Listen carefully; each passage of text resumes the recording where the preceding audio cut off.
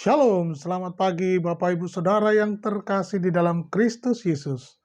Pagi hari ini kita boleh bangun pagi dengan segar, semua karena anugerah Tuhan, semua karena kesempatan hidup yang Allah berikan buat kita. Kita masih diberi nafas, masih bisa bernafas, masih bisa untuk beraktivitas, bangun pagi, dan menaikkan syukur kepada Allah. Kita mau membaca dan merenungkan firman Tuhan, apa yang menjadi uh, hal penting untuk kita lakukan di hari-hari ke depan. Mari, biar pagi hari ini kita mau dibaharui roh kita dari hari ke hari untuk melalui pembacaan firman Tuhan ini, dan melalui perenungan ini kita diberkati Tuhan. Mari kita berdoa.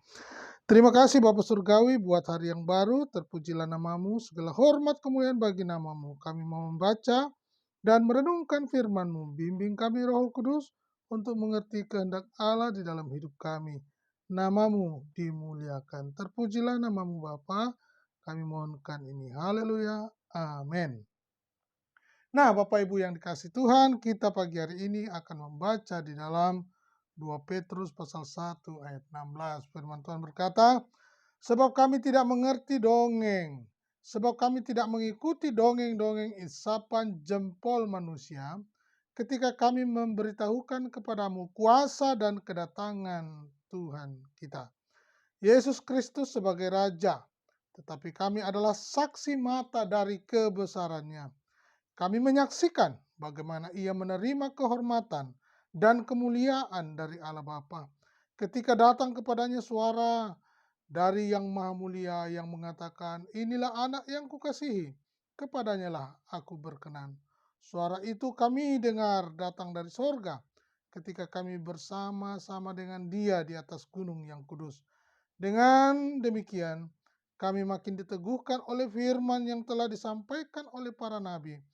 Alangkah baiknya kalau kamu memperhatikannya sama seperti memperhatikan pelita yang bercahaya di tempat yang gelap sampai fajar menyingsing dan bintang timur terbit bersinar di dalam hatimu.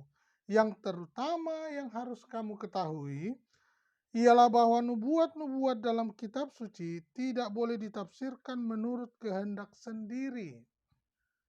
Sebab tidak pernah nubuat dihasilkan oleh kehendak manusia, tetapi oleh dorongan Roh Kudus, orang-orang berbicara atas nama Allah. Puji Tuhan. Pagi hari ini kita sudah membaca satu perikop dengan judul nubuatan, ya. Nubuatan tentang kemuliaan Kristus telah digenapi. Bagaimana Rasul Petrus, ya, dikatakan masa hidupnya yang terbatas itu, dan tidak lama lagi untuk berangkat, dia menyampaikan kepada jemaat. Dikatakan bahwa Petrus memiliki kesaksian yang hidup dalam hidupnya. Dia menyaksikan bagaimana kemuliaan Allah dinyatakan dalam pribadi Yesus. Coba perhatikan ayat 12. Karena itu, aku senantiasa bermaksud mengingatkan kamu akan semuanya itu, sekalipun kamu telah mengetahuinya dan telah teguh dalam kebenaran yang telah kamu terima.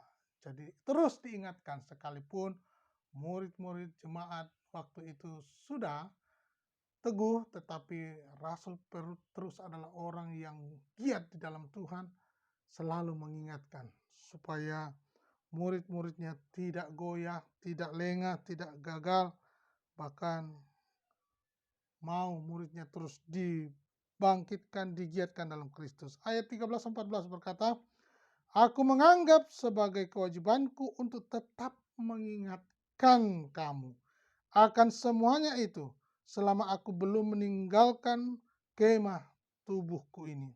Sebab aku tahu bahwa aku akan segera menanggalkan kemah tubuhku ini, sebagaimana yang telah diberitahukan kepadaku oleh Yesus Kristus Tuhan kita.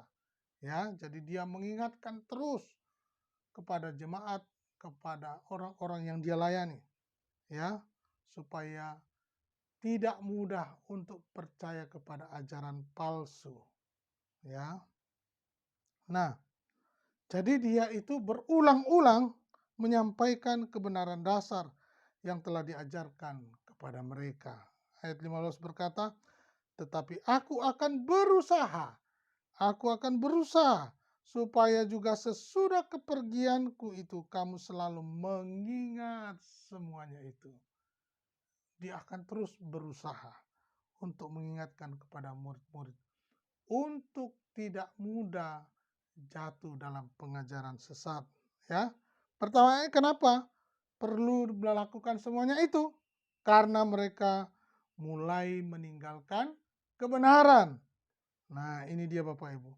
Mengapa Petrus terus untuk mengingatkan mereka? Karena mereka mulai meninggalkan kebenaran, ya. Ada guru-guru palsu dan para pengejek berusaha menarik mereka dari damai sejahtera dalam penyerahan kepada Kristus. Nah, itulah kenapa Petrus terus mengingatkan kepada murid-murid, bahkan jemaat yang dia layani, melalui orang-orang yang dia percayai. Diingatkan melalui tulisan-tulisan, melalui perkataan, melalui kesaksian hidup yang dialaminya.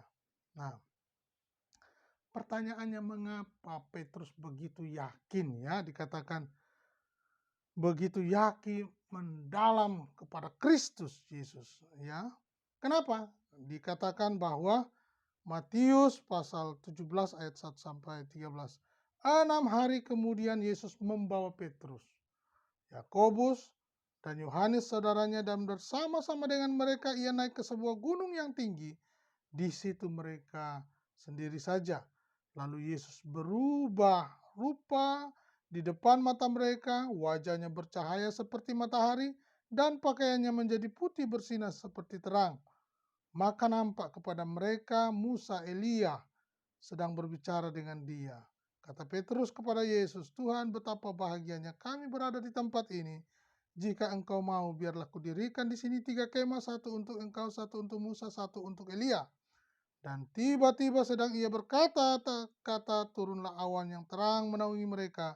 Dan dari dalam awan itu terdengar suara yang berkata, "Inilah anak yang kukasihi, kepadanya lah aku berkenan, dengarkanlah dia." Mendengar itu tersungkurlah murid-muridnya dan mereka sangat ketakutan. Lalu Yesus datang kepada mereka dan menyentuh mereka sambil berkata, "Berdiri, jangan takut." Dan ketika mereka mengangkat kepala, mereka tidak melihat seorang pun kecuali Yesus sendiri. Pada waktu mereka turun dari gunung itu, Yesus berpesan kepada mereka, "Jangan kamu ceritakan penglihatan itu kepada seorang pun sebelum Anak Manusia dibangkitkan dari antara orang mati." Lalu murid-muridnya bertanya kepadanya, "Kalau demikian, mengapa ahli Taurat berkata bahwa Elia harus datang dahulu?" Jawab Yesus, "Memang Elia akan datang dan memulihkan segala sesuatu, dan aku berkata kepadamu, Elia sudah datang. Tetapi orang tidak mengenal dia dan memperlakukannya menurut kehendak mereka. Demikian juga Anak Manusia akan menderita oleh mereka." Pada waktu itu, mengertilah murid-murid Yesus bahwa ia berbicara tentang Yohanes Pembaptis. Ini dia Bapak Ibu, ya. Jadi mengapa Petrus memiliki keyakinan yang begitu mendalam pada Yesus? Sebab ia sendiri telah mendengar, ya, suara Allah yang menyatakan perkenanannya kepada Kristus, bahwa Yesus anak yang dikasihinya. Dengarkan dia. Oh, haleluya. Nah, Bapak Ibu yang dikasihi Tuhan, Petrus dan saya dan Bapak Ibu Saudara dikatakan memang tidak punya pengalaman yang sama. Tetapi melalui kesaksian, melalui tulisan, apalagi yang harus kita ragukan. Percayalah, Yesus adalah Tuhan dan Juru Selamat. Apa yang disaksikan, apa yang dinubuatkan oleh para nabi melalui dorongan yang kuat oleh Roh Kudus, mari melalui penulisan, melalui pemberitaan, kesaksian yang hidup, Allah mau supaya kita juga giat dalam pekerjaan Tuhan. Jadi tidak ada alasan untuk kita tidak percaya kepada Allah di dalam Kristus Yesus. Biarlah pagi hari ini yakinkan, imani melalui perkataan firman ini. Nama Tuhan dipermuliakan, hidup kita diberkati, keselamatan dalam pimpinan Roh Kudus, dalam Yesus Kristus, hidup kita diberkati Tuhan. Tuhan Yesus memberkati.